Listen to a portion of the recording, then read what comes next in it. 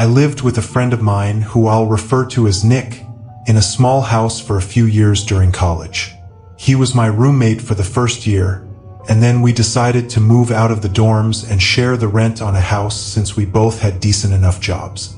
This was both of our first times renting a place, so we didn't really know how to budget properly. After a few months, everything was okay. But it was almost a year in when we realized that this place was eating up both of our bank accounts. The obvious solutions were to either move out or find another roommate. Neither of us wanted to leave, so we started the search for a roommate. We began by asking all of our friends, but none of them were interested, so our only option was to put up a post online. I made a post on Facebook Marketplace and Nick made one on Craigslist. Again, neither of us had ever done this and it felt kind of weird, but we knew we didn't have much of a choice. A few weeks went by with only a couple of responses, none of which seriously considered moving in. Then Nick showed me an email he got from someone named Sam, replying to his Craigslist post. The guy seemed legit, and the following day he came over to view the house.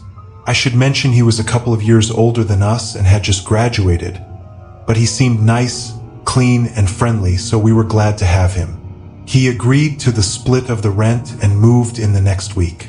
In the months that followed, Sam hung out with us a lot, and we actually got to know him pretty well. But then, all of a sudden, he became very closed off. Nick and I would barely see him, and when we did, he wouldn't talk much. He would sit in his room most of the time with his door shut and would only come out to get food or go to work. It didn't bother me, but I found it a little strange. It was around the 4th month of him being there that things started to take a turn for the worse. I had just gotten home from work, and immediately, as I walked through the door, Nick quietly called my name from the living room. I asked him what was going on, and he mentioned that Sam was home, so we shouldn't talk too loud. Then he told me about a strong smell he noticed when passing Sam's room that day. I told him I hadn't noticed anything. He pointed down the hall toward Sam's room and asked me to quietly walk past and see if I noticed it. I got up and made my way down the hall towards Sam's door, and I didn't even have to get close to smell it. It was awful and really disgusting. I had no idea what it was, and I had definitely never smelled anything like it in the house before. Nick suggested we ask Sam about it, and I agreed. We both went to his door, trying not to breathe in too deeply, and knocked. We knocked again, calling out to him, but he didn't answer. Nick was sure Sam was in there, but after a couple more minutes, we gave up and figured we'd ask him tomorrow. It was already pretty late, so we made a quick dinner, ate while watching TV, and then went to bed. The next day, I caught Sam on his way out of the house and asked him about the smell from last night. He quickly replied, "Oh, I was just taking out the trash," and then drove off. That answer didn't make much sense to me, but I didn't want to press him too hard. I told Nick about it later that day, and he agreed that it was weird, but we didn't know what else to do, so we left it at that. Another couple of weeks went by. Sam still barely talked to us, but the smell had gone away. One night, I got home from work late. Both Nick and Sam were already asleep, so I went straight to bed. Sometime in the middle of the night, I woke up to the sound of movement below my room, which was where Sam's room was located. I listened for a few minutes, trying to figure out what he was doing, but eventually fell back asleep. The next morning, Sam ran out of the house to go to work, as usual. However, he didn't return home that night.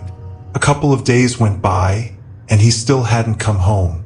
I called him multiple times, but his phone instantly went to voicemail. Nick and I were starting to get worried, so we decided to check his room to see if there were any clues as to what was going on. His room was messy and looked like a lot of his stuff had been packed up and taken out. I also found a pair of glasses in his drawer along with other random belongings, which was weird because Sam didn't wear glasses. He had left some clothes and all of his furniture behind, which made us believe he hadn't just moved out suddenly. Nick ended up calling the police to notify them that Sam was possibly missing. An officer arrived that night to investigate and ask us questions. We told him everything we knew and let him check Sam's room. Nick also gave him a picture we had taken together back when Sam first moved in. After that, we didn't get an update until a week later. A different detective called and informed us that the man in the photo with us was not Sam.